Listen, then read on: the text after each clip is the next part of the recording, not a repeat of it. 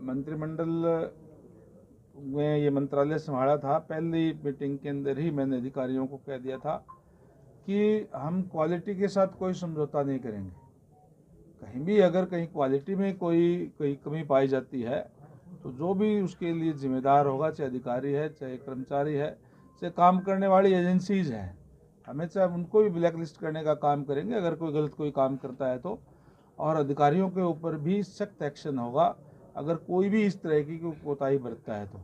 हमने जैसे मैंने पहले कहा कि भारतीय जनता पार्टी की सरकार लगातार तीसरी बार प्रदेश की जनता ने बनाई है, इस विश्वास के साथ बनाई है कि भारतीय जनता पार्टी जो कहती है वो करती है और हम लोगों के विश्वास को पे खरा उतरने का काम करेंगे। सर, नल और स्वच्छ जल की आपने बात की, जो कैथल शहर में पीलिया, काला पीलिया के केस लगातार बढ़ रहे हैं, आज भी इस प्रकार की रिपोर्ट सामने आई है, तो कैसे जिस प्रकार से लेट लतीफ़ी होती है इस प्रकार की योजनाओं को आम जन तक पहुंचाने के लिए, क्या कहेंगे? देखिए, जहाँ तक आपने बीमारी की बात कही, वो उसके अनेक कारण हो सकते हैं, किसी टाइप की हो वो तो स्वास्थ्य विभाग के लोग जो बताएंगे उसके बारे में।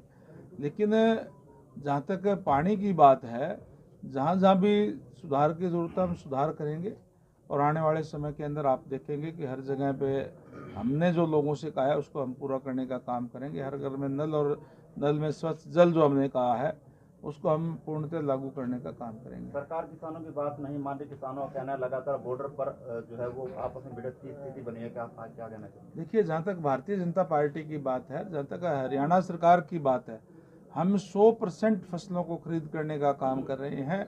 भारतीय जनता पार्टी ने हर वर्ग के लिए कार्य किए हैं, लेकिन अगर मैं पिछले 10 सालों की बात करूं तो अगर किसी एक वर्ग के लिए सबसे ज़्यादा किया तो किसानों के लिए किया है। आज हरियाणा प्रदेश ऐसा प्रदेश है जो सारी की सारी फसलें खरीद रहा है। हम मुआवजा सबसे ज़्यादा दे रहे हैं, हम 72 घंटे के अंदर किसान की पेमेंट दे रहे हैं, डायरेक्ट डीबीटी के माध्यम से उनके खाते में सीधा जाती है।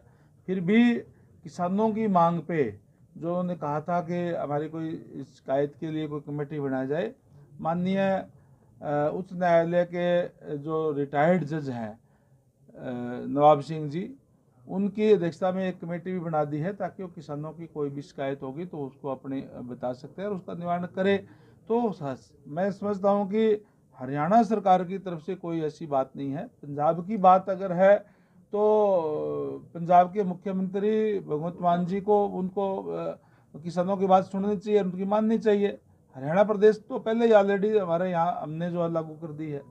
लेकिन पुलिस ऐसे एसेट इस्तेमाल कर रही है उनके ऊपर, जैसे मिर्ची पाउडर और एसेट हो गए, तो इसको कहाँ देखते हैं? देखिए, कहीं न कहीं कोई अगर इस टाइप की बातें जो आप कह रहे हो, ये हमारे जो विरोधी लोग हैं वो इस तरीके की बातें फैलाने का काम करते हैं। लेकिन मैं बताता हूँ आपको बात, देखिए, कानून व्यवस्था मेंटेन रखना सरकार का काम है।